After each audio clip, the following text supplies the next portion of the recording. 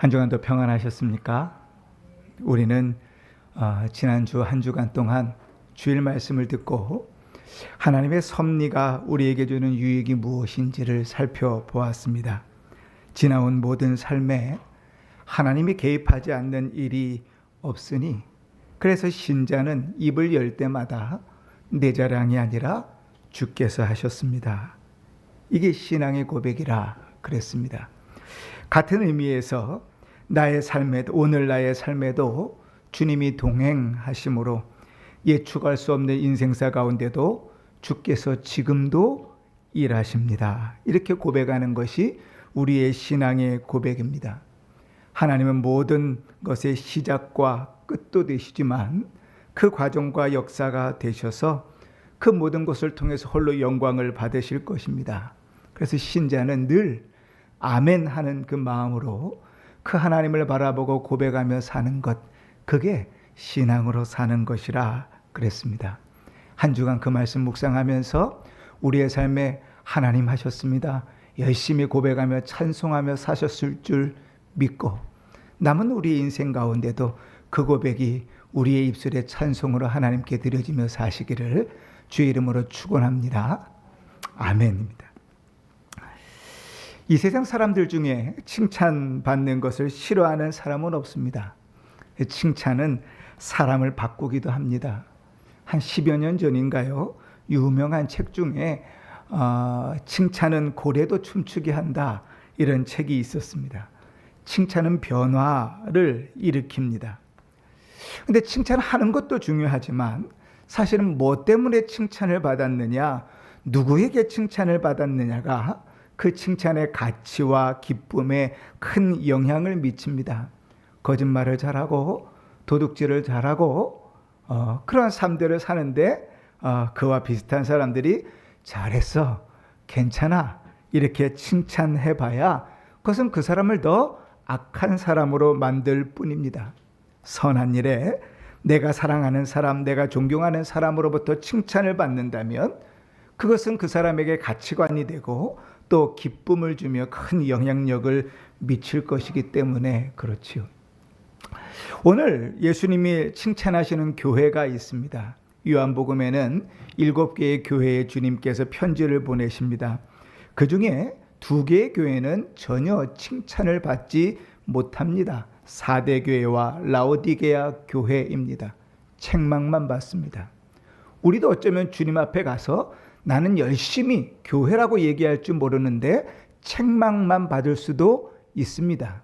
실제로 7개의 교회 중에 2교회는 책망만 받았으니까요.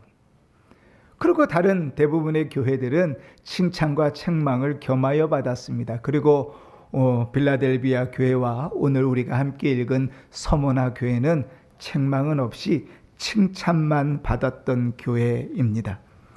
주님께서 우리를 평가하실 때도 우리도 한 사람 한 사람이 또 우리 교회로 하나님께 이렇게 칭찬만 받는 교회, 또 성도가 되면 참 좋겠습니다.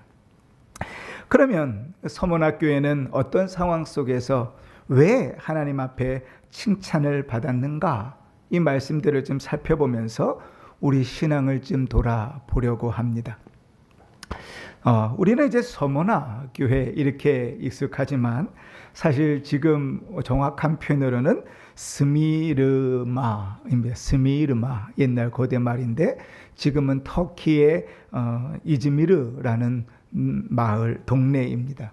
에베소에서 북쪽으로 한 80km 떨어져 있는 항구 도시고 대단히 부유한 도시입니다. 소아시아의 당시에 가장 아름다운 항구 도시였고 그러면서도 학문이나 과학, 의술이 대단히 발달했던 도시입니다. 그래서 아마도 로마 황제로부터는 대단히 황제 숭배를 강요했던, 그래서 황제 숭배의 중심지였던 지역이 이 서모나입니다. 우리가 알기로는 고대 그리스에 현존하는 가장 오래된 서사시 있잖아요. 일리아스와 오디세이를 쓴 호모의 출생지이기도 합니다. 이 서모나 교회는 대단히 부유하고 넉넉한 서모나는 대단히 부유하고 넉넉한 지역인데 그곳에 세워진 교회는 극심한 환난과 궁핍 가운데 놓여 있었습니다. 대한민국은 잘 부유해지고 있는데 그 안에 신자들은 마치 환난과 궁핍 가운데 있다. 이렇게 이해하면 조금 더 이해가 쉽겠죠. 원래 로마는 교회를 핍박하지 않았습니다.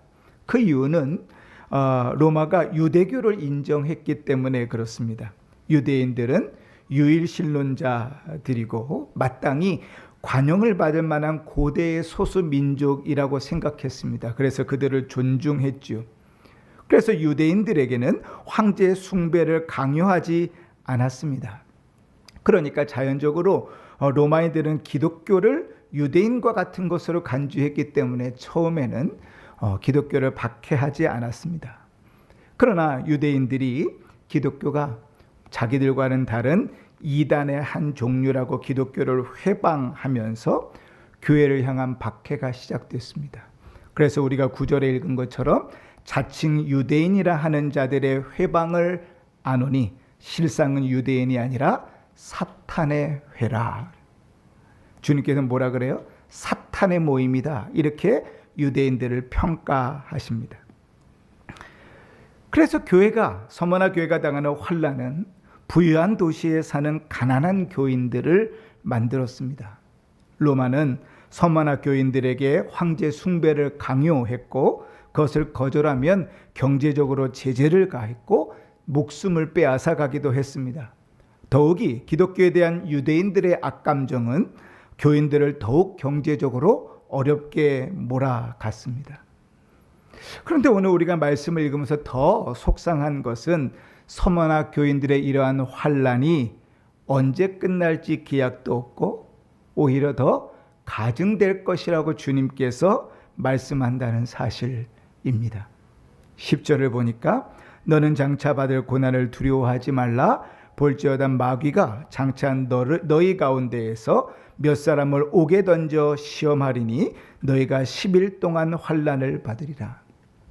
지금까지 환난과 궁핍을 받았는데 아직 사람이 잡혀가고 순교하는 일은 없었습니다. 그런데 예루살렘 교회가 박해를 받고 사도 야고보가 잡혀가서 죽었던 것처럼 서머나 교회도 그런 핍박이 올 것을 주님께서 말씀하십니다. 10일 동안이라 이렇게 얘기했는데 이게 날짜로 열흘인지 아니면 주님께서 일정 기간을 말씀하시는 건지 분명하지 않습니다. 한 가지 확실한 건 지금 당하고 있는 환난이 교회의 마지막이 아니라는 사실입니다. 우리 인생을 보는 것 같지요? 우리의 삶에 힘들고 어려운 일들이 계속되어지고 믿음을 잘 지키며 살아가는데도 마치 주님께서 앞으로 어려움이 없을 거야 이렇게 얘기하시지 않고 앞으로 어려움이 더할 거야 말씀하시는 것 같아서 사실은 마음이 좀 먹먹합니다. 그럼에도 신앙을 잘 지켜갔던 이 서머나 교인들에게 예수님은 이렇게 칭찬을 하십니다. 9절에 보니까 내가 내 환난과 궁핍을 알거니와 실상은 내가 부유한 자라 이렇게 말합니다. 예수님은 세상의 기준으로 너희가 가난하고 약한 자라 할지라도 내 눈에는 주님의 눈에는 부유한 자라고 칭찬하고 계시는 것입니다. 예수님을 믿는다고 그 믿는 그 이유 때문에 재산을 뺏기고 매우 가난하게 살아갈지라도 주님은 이렇게 말씀하시는 거예요. 주눅들지 말아라. 너의 신앙과 영혼은 보석처럼 빛나고 풍성할 것이다. 주님 그렇게 칭찬하고 계시는 거예요. 그러니 참 육체의 눈으로 볼 때는 이 세상에 참 괴롭고 힘든 노역과 같은데 주님의 이러한 칭찬이 위로가 되기도 합니다. 자, 그런데 주님은 그렇게 칭찬만 하시는 것이 아니라 뒤에 이어서 위로도 하고 계십니다. 근데 그 위로의 내용이 조금 이상해요. 여러분 한번 생각해 보십시오. 환난과 궁핍을 당하고 어려움들을 당합니다. 그러면 여러분은 뭐라고 위로를 하겠습니까? 어려움 당한 사람에게 찾아가서 그 사람을 위로한다면 여러분은 뭐라고 위로하겠습니까? 아마 이렇게 위로할 겁니다. 걱정하지 말아라. 곧 끝날 거야. 평안이 올 거야. 이 또한 다 지나갈 거야. 더 이상 어려움이 없을 거야. 이제 잘 될 거야. 곧 이제 궁핍밤이 끝나고 배불리 먹을 날이 올 거야. 우리는 이렇게 말하지 않겠습니까? 그리고 그것이 아마 위로일 것입니다. 근데 주님은 이렇게 위로하십니다. 10절에 너는 장차 받을 고난을 두려워하지 말아라. 볼지어다 마귀가 장차 너희 가운데에서 몇 사람을 옥에 던져 시험받게 하리니. 두려워하지 말아라 위로하시는 것 같은데 내용이 어떻습니까? 고난이 더 올 것이다. 더 힘들 것이다. 잘 감당해야 된다. 지금하고는 비교도 안 될 고난이 올 거야. 잘 감당해라. 여러분, 이게 두려워하지 말아라, 이것이 주님의 위로라고 한다면 아마도 우리 주님은 전혀 우리의 삶을 공감하지 못하시는 분 같이 보입니다. 그리고 주님의 이러한 위로는 대단히 잔인하고 현실성이 없습니다. 그런데 주님께서 이렇게 위로하실 때 그것이 당시의 교인들에게는 대단히 큰 위로가 됐다는 사실을 아셔야 됩니다. 우리는 요한계시록을 단순히 미래에 있을 일들, 묵시록이라고만 생각하지만 사실은 하나님께서 요한에게 이 계시록을 주셨던 이후에 가장 주된 목적은 당시의 핍박과 어려움 가운데 있는 교회를 위로하기 위함이었습니다. 그리고 당시 성도들은 이 말씀을 듣고 위로를 얻었습니다. 아니, 고난이 더 온다면서요. 힘들 거라면서요. 죽을 거라면서요. 그러면서 두려워하지 말라고요. 이게 왜 당시의 성도들에게는 위로가 될까? 우리 상식으로는 아닌데. 그 해답은 사실은 주님께서 자기를 소개하셨던 세 가지 말에 담겨져 있습니다. 주님은 두려워하지 말라라고 이야기하면서 누가 두려워하지 말라고 이야기하는지를 생각해야지요. 그죠? 아이가 할머니하고 손을 잡고 갑니다. 그런데 밤이 점점점 어두워지고 불빛도 하나도 없습니다. 그러니까 할머니가 점점점 마음이 무서워지는 거예요. 그런데 손잡고 있는 아기가 할머니 무서워하지 마. 그러면 위로가 되고 힘이 납니까? 위로가 되고 힘이 나는 척 할지라도 사실 그 마음 감출 수 없죠. 그런데 불이 점점점 꺼지고 어둡고 음침한 길들을 걸어가는데 옆에 경찰이 함께 딱 같이 걸어갑니다. 그러면서 걱정하지 마십시오. 두려워하지 마십시오. 그러면 위로가 되고 힘이 납니까? 안 납니까? 나죠. 옆에 날 지켜줄 사람이 있으니까요. 마치 그렇습니다. 주님께서 두려워하지 말아라. 고난과 역경이 더할 것이다. 두려워하지 말아라. 그렇게 얘기할 때 누가 지금 그 얘기를 하고 있는지를 알아야 사실 그게 위로가 되는가를 압니다. 근데 예수님은 자기를 이렇게 소개합니다. 8절에 보니까 서머나교회 사제에게 편지하라. 처음이요 마지막이라. 이렇게 말합니다. 주님은 자기를 뭐라고 표현합니까? 처음과 나중된다고 소개합니다. 이 처음과 나중된다는 말은 모든 역사의 주관자라는 말입니다. 요한복음에는 시작과 끝에 이 처음과 마지막이라는 일을 반복해서 주님께서 이야기하십니다. 성도들은 환난과 핍박을 당하지만 처음과 마지막 역사 전체를 주장하시는 그 주님께서 우리에게 환난과 역경을 주셨다면 그것은 하나님께서 아시는 일이다. 주님의 뜻이 있다. 주님의 뜻이 있어서 그것을 허락하시는 것이다. 신자에게는 그것이 유익인 것입니다. 여러분, 우리는 어려움이 계속 찾아오면 어떤 생각을 하게 됩니까? 과연 하나님이 내 삶을 주장하시는가? 이렇게 물을지 몰라요. 어려움이 점점점 가중되면 우리는 이렇게 물을지 모릅니다. 주님이 계시다면 왜 이 풍요로운 도시에서 성도들은 이렇게 가난하고 힘들게 살아야 하는가? 물을지 모릅니다. 그러나 주님께서 이렇게 말씀하세요. 역사의 주인 되신 주님께서 너에게 허락하신 일이다. 이스라엘 백성이 광야를 걷습니다. 광야라는 길은 평탄하고 좋은 길이 아닙니다. 걷는 일이 쉽지 않고 낮에는 덥고 밤에는 추운 길입니다. 수많은 짐승들과 어려움들을 겪을 수 있는 것이 광야입니다. 먹을 것이 없고 물이 없습니다. 그래서 이스라엘 백성들은 그 광야를 걸으면서 여러 번 불평했습니다. 그리고 여러 어려움들이 계속 가중될수록 그 불평은 점점 심해져 갔습니다. 드디어 르비딤에 도착했을 때 이스라엘 백성들은 마치 모세의 잘못인 양 돌로 쳐 죽일 기세로 불평과 불만합니다. 하나님께서 모세에게 지팡이로 반석을 쳐서 물을 내어 그들을 다 먹게 합니다. 그러면서 주님은 이렇게 얘기하세요. 출애굽기 17장에 또는 그들이 여호와를 시험하여 이르기를 여호와께서 우리 중에 계신가 안 계신가 하였음이더라. 어려움이 계속 가중되면 우리는요, 눈에 보이지 않는 하나님, 맨날 살아계셨다고 말을 하지만 내 인생에 아무런 영향력이 없는 그 하나님 정말 계시는 것 마저 이렇게 물을지 모릅니다. 서문학교의 성도들은 더하겠지요. 환난과 궁핍이 오래되었고 주님이 오셔서 위로하신다고 얘기하면서 더 심해질 것이라고 얘기하니 그들은 얼마나 먹먹하겠습니까, 마음이. 그런데 주님이 위로하시는 것입니다. 처음이요 마지막 역사의 주관자이신 주님께서는 너희에게 허락한 것이다. 요한계시록 1장 8절에는 그 주님을 이렇게 소개합니다. 나는 알파와 오메가요, 이제도 있었고 전에도 있었고 장차 올 자요 전능하신 하나님이라. 역사의 주관자이신 하나님은 전능하신 하나님입니다. 그 역사 가운데서 이루어지는 그 모든 일이 하나님의 뜻이 아니고는 이루어지는 일이 없습니다.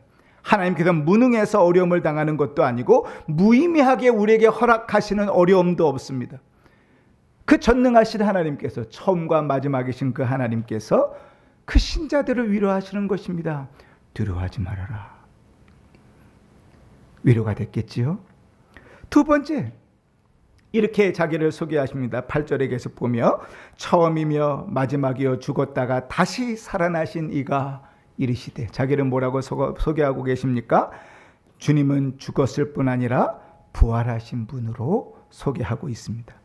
죽으면 다시 살지 못하는 우리로서는 참 받아들이기 어려운 진리입니다. 그러나 주님께서 이렇게 소개하시는 것은 이제 주님이 예고하신 대로 감옥에 잡히고 목숨까지 포기해야 되는 성도들에게는 얼마나 위로가 되었겠습니까? 죽음으로 끝나는 것이 아니다. 주님께서 죽었다가 부활하신 분이시기 때문에 우리도 역시 부활할 것이라는 그 사실이 죽음을 눈앞에 둔 성도들에게 얼마나 위로가 되었겠습니까? 주님은 죽었다가 다시 살아나신 분입니다. 요한계시록 1장 18절에 이렇게 말씀합니다. 곧 살아있는 자라 내가 전에 죽었었노라. 볼지어다 이제 세세토록 살아있어 사망과 음부의 열쇠를 가졌다. 이렇게 말씀하십니다. 죽었다가 부활하신 주님께서 권세를 가지고 우리를 다시 일으켜 세우실 것이라고 말씀하십니다. 주와 함께 고난을 받으면 주와 함께 영광도 받을 것이라고 말씀하십니다. 주님은 모든 순간에 우리와 함께 계실 것이라고 말씀하십니다. 고난의 순간에도 죽음의 자리에도, 그리고 영원히 주님께서 우리와 함께 계실 것이다. 그러니 왜 두려워하지 말아라, 이 말씀이 위로가 되지 않겠습니까? 세 번째로 주님께서 이렇게 자기를 소개하십니다. 9절에 보니까 내가 내 환난과 궁핍을 알거니와 실상은 내가 부요한 자라. 자칭 유대인이라 하는 자들의 비방도 알거니와 실상은 유대인이 아니요 사탄의 회당이라. 주님 자기를 뭐라고 소개하고 계십니까? 서문학교의 상황을 손바닥 보듯이 훤히 알고 있을 뿐 아니라 현재 그들이 당하고 있는 환난과 궁핍뿐만 아니라 그 본질까지도 알고 계신다고 말합니다. 너희를 괴롭히는 그 대적의 실체와 그 결말까지도 주님은 다 아신다고 이야기하십니다. 우리가 사실은 인생을 걸어가고 어렵고 힘든 일들을 당하면서 제일 괴롭고 힘든 일이 뭡니까? 아무도 내 어려움과 내 상황을 몰라준다는 거죠. 근데 주님이 아신다고 말씀하십니다. 더 어려워질 거야, 더 힘들 거야, 더 믿음 지키기가 힘들 거야 라고 말씀하시면서 두려워하지 말아라, 내가 다 안다고 말합니다. 너 혼자 가는 길이 아니야. 너 혼자 밀어놓는 일이 아니야. 사지로 너를 몰아놓는 것이 아니야. 내가 다 알고 있다고 이야기합니다. 네가 당한 상황도 알고, 네가 처한 일들도 알고, 왜 그 일이 주어졌는지도 알고, 너를 괴롭히는 대적도 내가 안다고 주님 말씀하십니다. 단순히 머리로만 하는 것이 아닙니다. 히브리서 4장 15절에 우리에게 있는 대제사장은 우리의 연약함을 동정하지 못하시리가 아니요 모든 일에 우리와 똑같이 시험을 받으신 이로되 죄는 없으시니라.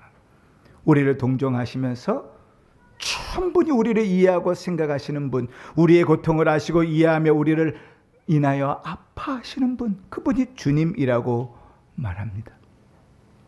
그러니 여러분, 주님께서 하시는 위로가 우리의 위로가 되기를 바랍니다. 그런데 이렇게 말해도 사실은 주님의 이 말씀들이 위로가 안 될 때가 있습니다. 주님의 말씀이 너무 명확하고 당시의 성도들은 너무 위로가 되었는데 왜 지금 우리에게는 위로가 되지 않을까? 그것은 우리 신앙의 문제가 있습니다. 우리 신앙은 늘 당면한 문제가 해결되어져만 위로를 얻습니다. 그래서 인간에게 종교는 인간이 해결하지 못하는 문제를 해결하는 데 사용될 때가 많습니다. 그렇게 기독교를 제외한 모든 종교는 자기를 위함이고 현세의 문제를 위함입니다. 그러나 기독교는 적어도 현세만, 지금에 당한 문제만을 위한 기독교는 아닙니다. 하나님이 갈대우르에서 아브라함을 부르셨습니다. 그리고 그에게 약속의 땅을 허락하셨습니다. 그리고 그 땅을 주겠다고 약속하셨습니다. 그런데 그렇게 인도함을 받아 가나안 땅에 왔음에도 불구하고 그 땅에서 그가 얻은 것은 하나도 없었어요. 그저 그의 소유라고는 무덤밖에 없었습니다. 믿음으로 나왔는데, 언약을 바라보았는데, 그런데 그가 얻은 것은 그것밖에 없었어요. 그러면 아브라함의 믿음은 헛것입니까? 아닙니다. 신앙의 본질은 내가 믿음으로 무언가를 얻어 누리고 사는 것이 아닙니다. 내가 믿음으로 살아가는 것 자체가 복이라는 사실을 아는 것입니다. 내가 신앙을 가지고 살아가는 것, 신앙을 가지고 살아가기 때문에 내 문제가 해결되지 않아도 나의 주인 되신 주님께서 내 안에 계시고 그 삶 가운데 하나님의 기쁨을 누리게 하시며 주님께서 허락하신 일들 가운데 즐겁게 주와 동행하는 것, 그게 신앙의 본질입니다. 근데 우리는 늘 신앙의 문제를 하나님을 이용해서 내 문제를 해결하고 나의 필요를 채워주는 것만이라고 생각합니다. 믿음으로 살아서 얻어지는 것이 무엇인가? 이게 우리의 신앙의 이유라고 생각합니다. 그러나 아무것도 얻어지는 것이 없음에도 불구하고 이 땅에서 내 삶이 살림 형편하나 나아지지 않음에도 불구하고 믿음으로 사는 것 자체가 복이고 그 하나님을 소유하며 사는 것 자체가 복이고 그로 인하여 즐거워할 수 있는 것 자체가 복이라는 사실을 깨달아야 돼요. 그게 신앙, 기독교 신앙입니다. 그래서 하나님 아브라함에게 나타나셔서 내가 땅 주겠다, 자손 주겠다 이야기하실 때 그렇게 이야기하지 않고 이렇게 말씀하십니다. 내가 너의 지극히 큰 상급이다. 내가 너의 상급이다. 네가 나를 믿고 네가 나를 소유하며 믿음으로 살아가는 것 자체가 복이다. 그 안에 기쁨이 있고 그 안에 즐거움이 있다고 말씀하고 계시는 겁니다. 그리고 그렇게 살아가는 자를 위하여 준비된 생명의 면류관은 아무도 빼앗아갈 수 없습니다. 이 땅을 살아가면서 그 생명의 면류관, 영생을 가장 소중한 것으로 누리며 살아가는 것, 그게 신자입니다. 우리가 이 땅에서 얻어지는 복의 가치를 이 땅에만 두면 우리는 그리스도께서 우리를 사랑하셔서 친히 죽으심으로 얻게 된 생명의 기쁨을 맛볼 수가 없습니다. 언제나 하나님은 우선되어야 하고 언제나 주님께서 대속하심으로 얻게 하신 영생이 가장 소중한 것이어야 합니다. 그래야 예배가 기쁘고 즐겁습니다. 그래야 믿음으로 사는 것이 기쁘고 즐겁습니다. 하나님이 고작 내 문제를 해결해 주는 하나님이라면 내가 문제가 없으면 그 하나님은 찾을 필요가 없는 것이죠. 하나님이 아니라 이 땅에서 얻게 된 실질적인 것에 가치를 두고 살아간다면 오늘 서문학교회를 향하여 말씀하시는 주님의 위로는 전혀 우리에게 위로가 되지 않습니다. 그러나 서문학교회 성도들은 그 말씀이 너무 위로가 됐습니다. 그리고 그 칭찬과 위로 후에 나오는 주님의 말씀도 그대로 받들어 순종하며 살았습니다. 뭐라고 말씀하셨습니까? 10절에 보니까 내가 죽도록 충성하라 그리하면 내가 생명의 관을 내게 주리라. 뭐하라고요? 죽도록 충성하라. 제가 결혼할 때 제가 존경하는 목사님이 성경이 그려져 있는 말씀 현판을 하나 주셨습니다. 거기 그렇게 써 있었어요. 죽도록 충성하라. 무서웠습니다. 여러분, 우리는 충성이라는 말을 어떻게 생각합니까? 죽도록 충성하라고 얘기했으니 죽을 각오로 하고 열심히 하라고 생각합니까? 그러나 우리는 이 충성을 오해하는 것입니다. 여기서 죽도록 충성하라는 말의 의미는 조금 다른 의미입니다. 헬라어로 충성이라는 말 피스토스는 성실하다, 신실하다라는 말입니다. 그리고 그 말은 어디서부터 왔냐면 믿음이라는 피스토스라는 말에서 왔습니다. 그러니까 믿음이라는 말에서 충성이라는 말이 왔습니다. 그리고 형용사로 신뢰한, 신실한, 신뢰할 수 있는 한결같은 이런 뜻입니다. 그러니 그 의미를 가지고 죽도록 충성하라를 생각하면 무슨 말입니까? 죽음에 이르는 이를 만날지라도 믿음으로 신실해라. 열심히 힘쓰고 열심히 애써서 주의 교회를 섬기고 있는 재산 다 내어놓고 주님께 충성하라는 말이 아니라 너에게 주어진 모든 삶의 때로는 힘들고 어려워 죽음의 순간에 이를 때라도 믿음을 신실하게 지키며 살아가라. 주님 그렇게 말씀하고 계시는 겁니다. 그러면 영생을 선물로 얻을 것이다. 11절입니다. 이기는 자에게 둘째 사망의 해를 받지 않을 것입니다. 이게 신앙의 본질입니다. 여러분 우리의 삶에 예수를 믿음으로 하나님께 위로를 받음으로 죽도록 충성하고 살아가십니까? 이 죽도록 충성한다는 말을 성경에서 참 좋게 보여주는 예들이 있는데 제가 좀 찾아봤으면 첫 번째 뭔가 하면 가맡겨진 일을 감당하며 사는 것입니다. 주님 나에게 주신 일들을 잘 살펴서 감당하며 사는 것입니다. 이 충성이라는 말이 히브리어로 쓰일 때 역대상 9장에 이런 대목에서 쓰입니다. 9장 31절에 고라자손 살룸의 맏아들 맏디다는 레위 사람이라 전병을 굽는 일을 맡았으며, 레위인인데 이 사람이 하는 일이 뭐냐면 전병 굽는 일입니다. 전병이 뭔가 하면 그 제사 드릴 때 드리는 부침개예요. 이 굽는 일을 맡았다. 그런데 재밌는 것은 이 맡았다라는 말이 충성입니다. 여러분 제사 드리는 일 하고 싶습니까? 아니면 전병 굽는 일 하고 싶습니까? 재물을 잡는 일 하고 싶습니까? 아니면 그 뒤에 쓰레기 치우는 일 하고 싶습니까?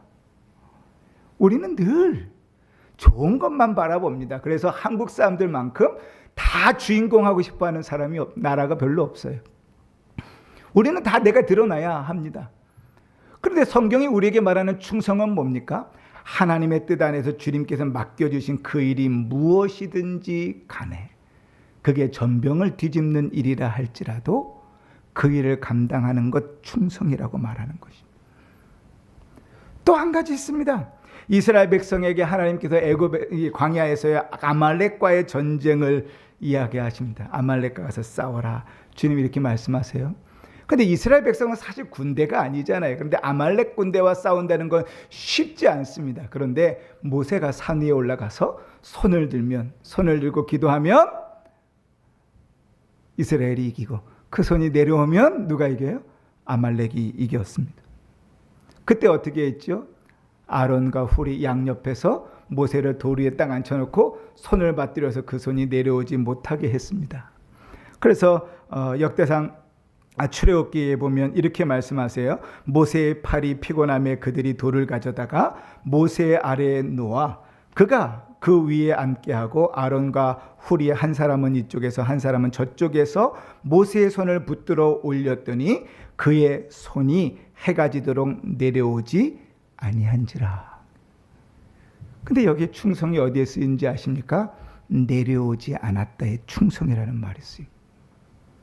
하나님의 일을 할 때 혼자는 안 돼요. 그럼 옆에서 붙어서 함께 그 일을 하게 할 때 그 충성이라고 주님께서 말씀하십니다. 믿음으로 하나님이 일하실 것을 믿고 그것을 도와서 함께하는 것, 주님께서 충성이라고 말씀하고 계십니다. 여러분 예수님 말씀처럼 서문학교회에 당시의 장로였던 폴리갑이라는 사람이 있습니다. 너희 중에 몇이 잡혀갈 것이다. 주님 말씀하신 대로 폴리갑이 서문학교회 장로로서 잡혀갔습니다. 체포되고 원형 경기장에 끌려갔죠. 그때 그의 나이가 86세였습니다. 그런데 로마 총독이 그의 고령인 나이를 보면서 그에게 선택할 수 있는 자유를 하나 줍니다. 그건 뭔가 하면 그리스도를 모독하고 로마 황제에게 맹세하면 살려주겠다는 거예요. 여러분 어떻게 하시겠습니까? 이제 살 만큼 살았으니 그냥 믿음 지키면서 가겠습니까? 아니면 그래도 목숨이 소중하니 지금 내 신앙은 그렇지 않더라도 그리스도를 부인하고 살아나시겠습니까? 그때 폴리갑이 초대교회의 많은 신자들을 울리고 많은 신자들이 믿음을 붙잡게 했던 유명한 유언을 남깁니다. 이렇게 얘기합니다. 내가 86년 동안 주님을 섬겼으나 그분은 한 번도 나를 부당하게 대한 적이 없었는데 내가 어찌 나를 구원하신 나의 왕을 모독할 수 있겠는가. 그렇게 폴리갑은 원형 경기장에서 죽습니다. 서머나교회를 향한 칭찬이 우리에게도 있기를 바랍니다. 역사의 주관자이시고 죽음에서 부활하신 이가 모든 것을 아시는 그 하나님께서 우리에게 두려워하지 말라 말씀하시는 그 음성이 우리 마음속에 참 기쁨과 위로가 되었으면 좋겠습니다. 죽도록 충성하라 하시는 그 말씀대로 우리의 모든 삶에 때로는 환경이 변하고 역경이 변하고 내가 이해할 수 없는 일들을 맞닥뜨릴지라도 그 가운데서 신실하게 믿음을 지키며 살아가는 성도들이었으면 좋겠습니다. 죽음의 문턱에 이르더라도 충성, 믿음으로 신실하게 신앙을 지켜가는 자이었으면 좋겠습니다. 그 속에는 주님이 주시는 기쁨이 있고 그 기쁨으로 주를 예배하고 그 기쁨으로 믿음의 삶, 그 기쁨으로 충성된 삶을 살다가 주님께서 놓으신 자리에서도 굴하지 않고 믿음을 지키며 살아가 서머나교회 성도들처럼 주님의 칭찬만 받는 복된 성도들 되시기를 주의 이름으로 축원합니다. 아멘. 찬송가